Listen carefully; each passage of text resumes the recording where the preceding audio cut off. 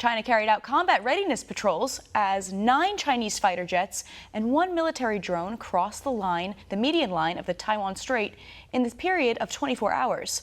Well, this move over the weekend is one that Taiwan's defense ministry says deliberately created tension and undermined peace and stability. Well, joining me now to discuss is Senior Fellow at the National Center for Public Policy Research, Dr. Bonner Cohen. Dr. Cohen, I'm very excited to speak with you about this. There's a lot of news coming out about China. We've heard these threats before. How serious are they? Should Americans be worried? And should Taiwan be worried? Yes, all of the above. Everyone should be worried about this. No one should be surprised that China is rattling its sabers in anticipation of the meeting later today between President Tsai and House Speaker McCarthy. This also happened last year when then Speaker Nancy Pelosi visited Taiwan.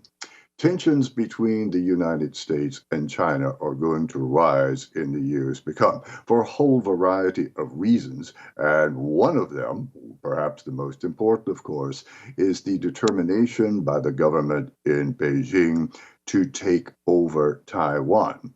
Taiwan has actually never been a part of the People's Republic of China, which was created in 1949.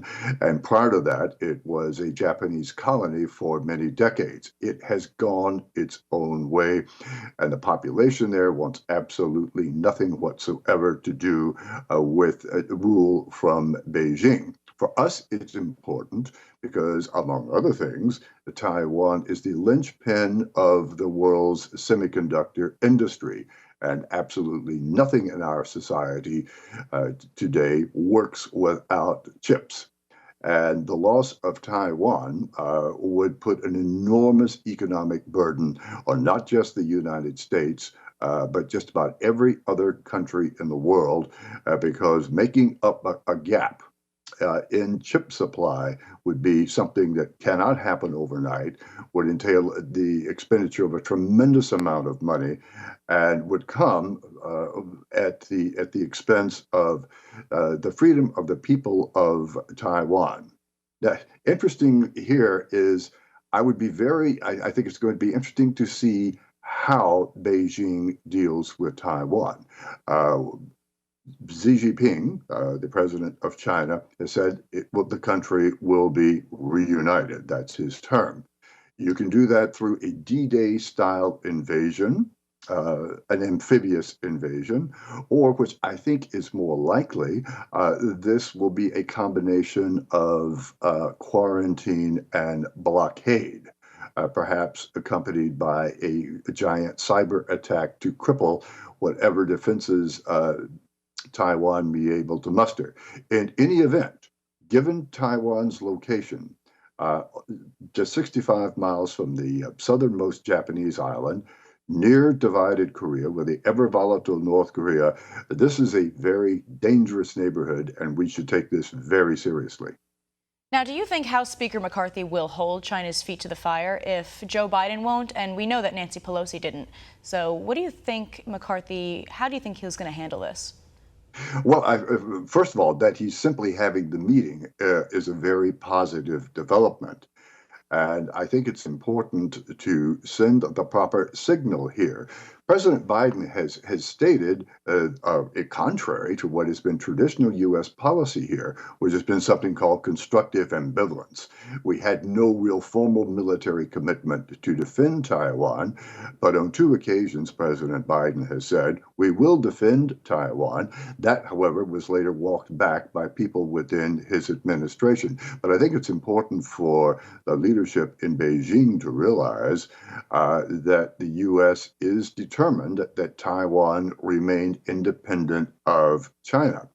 And having new leadership in the House shows that this is a bipartisan engagement on the part of the U.S., and that should China militarily or through a blockade or quarantine or whatever, make a move on Taiwan, this would be a very dangerous situation. You can compare it somewhat with Europe. In the summer of 1914. I think today's Taiwan is the Balkans of 1914.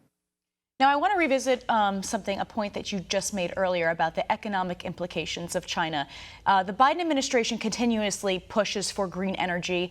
It's making the U.S. increasingly dependent on China for its energy since they dominate the raw material production that go into our green wind turbines, solar panels, batteries for these electric vehicles.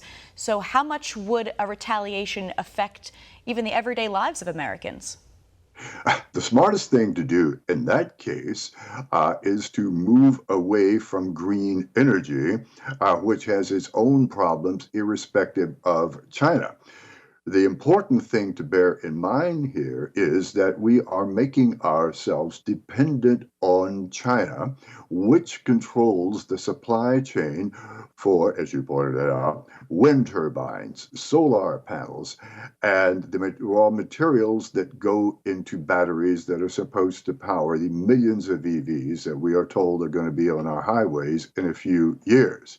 What we have incredibly done is moved away from our own energy independence, which we achieved 4 years ago, meaning we export more energy than we import. And by embracing, in the name of combating climate change, renewable energy, we are making ourselves dependent on our geopolitical, most dangerous geopolitical opponent.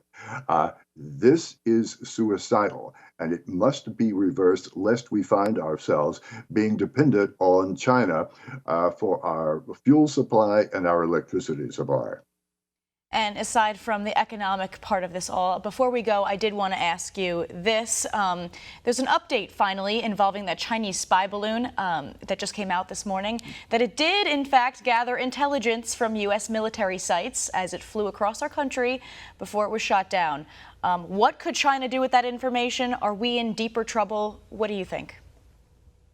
Oh, that very definitely. That was the purpose of the whole exercise. They wanted to do two things. They wanted to see what the Biden administration would do once it had identified the balloon over our territory. And the answer was absolutely nothing until the balloon had traversed the United States, finally crossed over Myrtle Beach, South Carolina, and was shot down. But it was shot down after it had gathered the data and after that data had been transmitted to China. So yes, this was, from the Chinese standpoint, a very successful mission. It will be interesting to see if they repeat it or if they learned enough this time. But it was a test that they put the Biden administration to, and the Biden administration undoubtedly flunked that test. Dr. Bonner Cohen, I can talk to you about this all day. The way that AI keeps Elon Musk up at night, China keeps me up at night. I'd love to talk about this stuff. Thank you so much for joining us and providing your expertise on this topic. Well, thank you very much for having me.